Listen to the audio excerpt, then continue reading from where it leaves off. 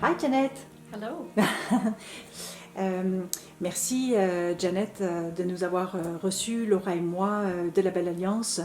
Nous avions lu un article à propos de votre ferme, de votre activité, et puis on avait la curiosité d'en savoir un peu plus, alors c'est la raison pour laquelle on voulait vous rencontrer aujourd'hui. Merci beaucoup d'avoir accepté de nous rencontrer. Welcome to the farm. Thank you.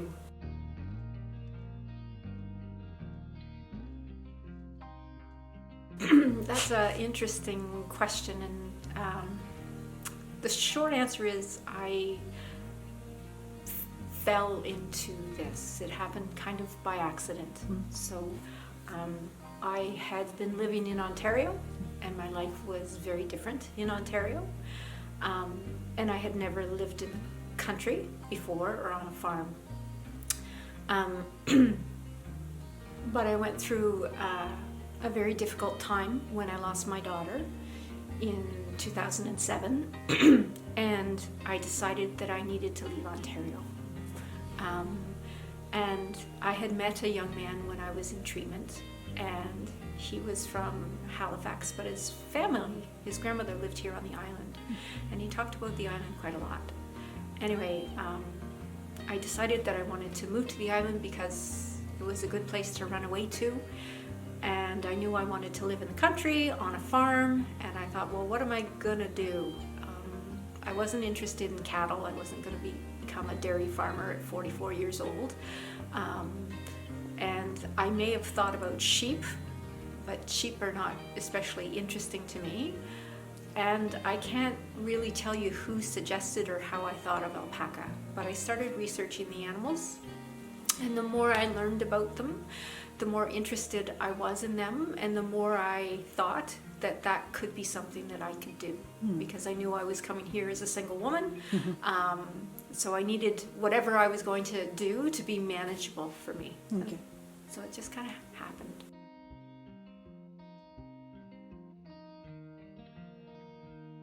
Today, as of today, I think I have 34 alpacas, 1 llama, here on site, but I also have 4 animals still on Ontario. I purchased a couple of animals the last couple of years during COVID. They're just not here yet. I expect them to arrive later this spring. Oh.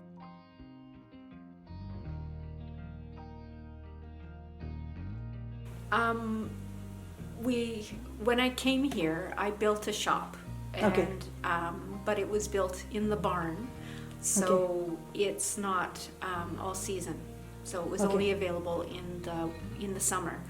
In 2020, I built this building. So this is an all-season building. So the shop itself is actually open year-round, limited hours in the winter. But then the farm itself, the tours run typically from mid-May until about mid-September.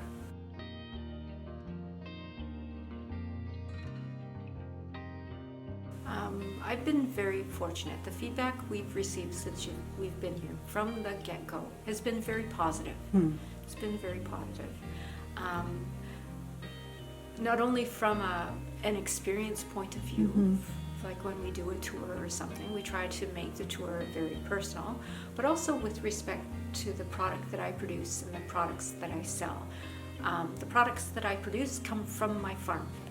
Come from the animals on my farm, and I am selective in not only the animals but how their product gets made. Products that I purchase, I'm also very selective about, and our clients seem to appreciate that. Yeah, so I try to keep the product collection manageable. Yes. But what I sell, I make sure is a high quality product. Okay.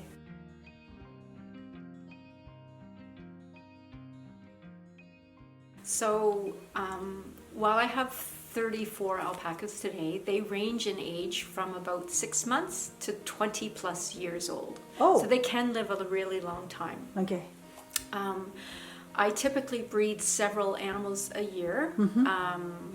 This year I'm only expecting 1 or 2 new babies Okay. here on the farm, but I've had as many as 7 or 8 born in a season. Okay. So gestation in alpacas is actually quite long. It's almost a year. Oh. So I breed in the warmer weather, so in the summer, so that I have babies the following summer.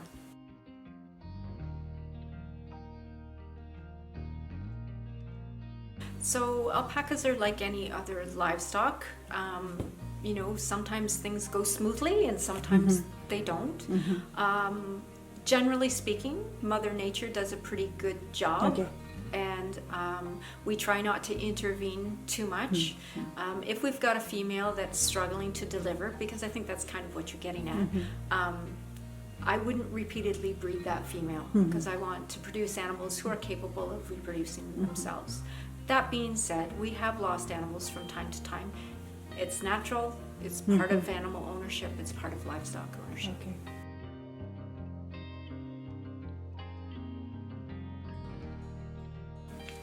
Spinning's been around a long time. And spinning wheels have been around a long time too. All spinning wheels have the same basic parts, and they all work the same way. Okay.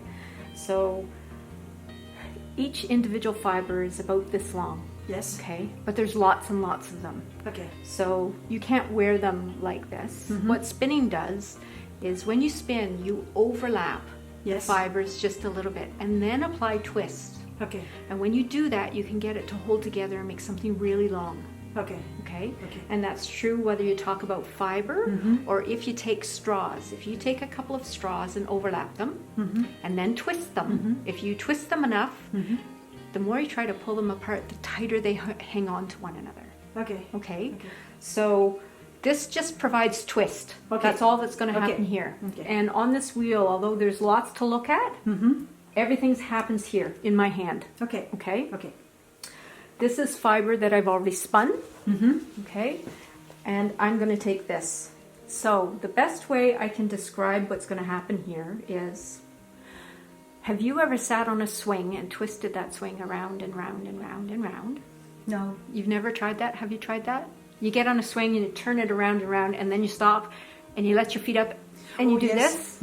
Okay. Okay, that's exactly what's going to Okay. happen here. Okay. So I'm going to start spinning. It's going to twist. Okay. And then this is going to turn into yarn. Ok. Donc Janet va nous montrer comment This c'est is ça, turning. Ça tourne. Ouais. That's turning. So this is going to grab just like cotton candy grabs.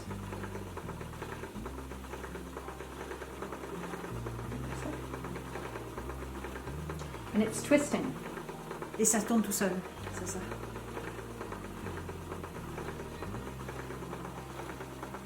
Now, I'm going to stop for a moment. So right now, there's lots of extra twist in there. Oui. See that? All that twist wants to unravel. And the easiest way for that to unravel is to unravel towards me. If I let my hand up here, it's going to do this. Okay. Okay? What I'm going to do is I'm going to draft it a little bit and let go. Okay. And it's twisted up there. Ok. C'est And twisted intéressant. up there. Ouais. And twisted up there. So Okay. this comes apart, but this doesn't, because it's just overlapped and then twisted. But you must feel that because Yeah. you can cut the ok, Yeah. c'est vraiment du doigté qu'il faut avoir parce qu'elle twist le fil et à un moment donné, il faut qu'elle sente avec ses doigts pour relâcher une certaine dimension du fil pour qu'il ne revienne pas à twister sur lui-même. C'est vraiment intéressant à découvrir. And if you want to make it thicker, you give it more. Right? If you want to make it thinner, you give it less. Ok. But that's all that's happening is the excess twist. This is just creating twist. Ah. All that excess twist that wants to untwist right there. And in doing so, holds the fiber together. That's all it is. It's a very simple concept. It's just not always easy to do. Yes, no, I understand. Yeah. C'est un concept qui est facile, mais ça n'est pas par contre facile à faire parce qu'effectivement, et c'est assez long aussi. Donc ça demande beaucoup de doigté, puis de maîtrise, de connaissance après Like du. that, there, that's it. So Yes. this was not together, Uh-huh. but just by twisting this, that's how you get it to stay together, make something very long. There we go. Now, I don't spin it all myself. Ok, Most of my fiber goes to a mill, ok, and they use big pieces of equipment ok. to mill it. But this, I would do this several times and then put them together, and it would make this. Okay.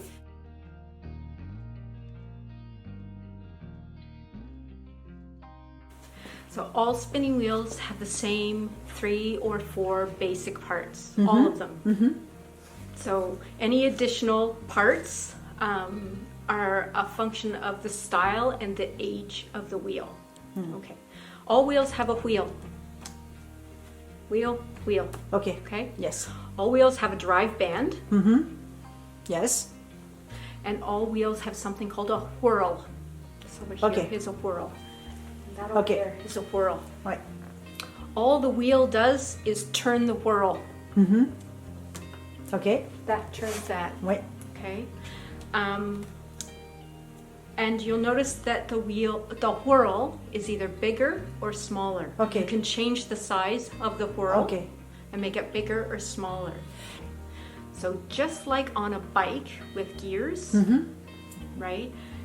I could change this to a smaller whirl, and all else being equal, that changes the speed over here. So although I could use my feet and go faster, right? Ouais. You go at the same pace and change this, Okay. and that changes the speed. Okay. Now, generally speaking, if you're spinning something finer or shorter, you need to apply more twist to get it to hold together. Like if you've got a short fiber, you need lots of twist to get it to hold together, right? Okay. And the way you can do that is to spin faster, so you get more twist in the same period of time. Or if you're spinning a very fine yarn, you need more twist. So you typically spin it pretty fast. Okay. So you might change that here. Okay. So the other difference in these two wheels is this wheel here has a bobbin. This is where the fiber accumulates. That wheel does not have a bobbin. It has a spindle over here. Okay. And notice the difference in size between the wheel and the whirl. Notice the difference in size in the wheel and the whirl. There's a much bigger difference. Oui. Il y a beaucoup de différences. Ouais, c'est ça. For every one turn here, there's about 12 turns over here because it's smaller. Okay. Here, for every one full turn there's about 50 turns over there because it's small. Okay. The other difference is this wheel has treadles. This wheel does not. You have to use your hand. So, and the other thing is you don't have a bobbin. You're spinning right off the end. Okay. Il n'y a pas de bobine, il faut le faire à la main. Yeah. This is an older wheel. It's called a walking wheel or a giant wheel. It spins very fast, but you can't spin faster on it because you're not using your feet. You got to use your hand. Celui-ci, on ne peut pas l'utiliser à la même vitesse que celui-ci parce qu'il n'y a pas de pédale. Donc comme tout est à la main, puis qu'en plus la roue est grande, bah, c'est sûr que ça prend plus de temps. Bah, c'est pas aussi rapide à travailler. Ouais. Yeah. It's fabulous to see that and understand how it works. It's fabulous. So all the wheel does is create twist, you know, and what the hand does is something called drafting. It's the overlapping the fibers, pulling the fibers apart like that, so they overlap a little bit. Yes. And then once they overlap a little bit, then you apply the twist. Yes. And you don't have to use a wheel to do it. You could. But it's not the same result. Yes.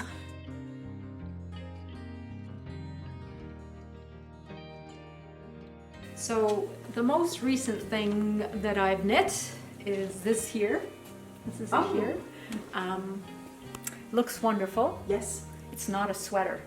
Oh. No. No, that's the great thing about it. It's actually a dickie. But it looks beautiful. It's beautiful and cozy.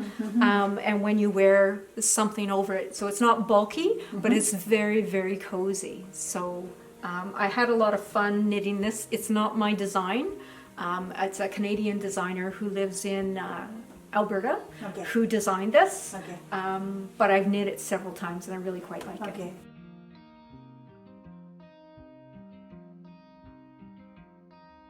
All the yarn comes from my animals. I make yarn.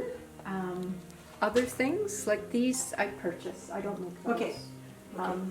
I've only got 34, 35 alpacas. So I'm in the business of making a very fine yarn. Things like socks and mitts require a coarser yarn, so I purchased those things. I really enjoy dyeing yarns. This here is natural color, of course, and these two are over dyed. Same yarn.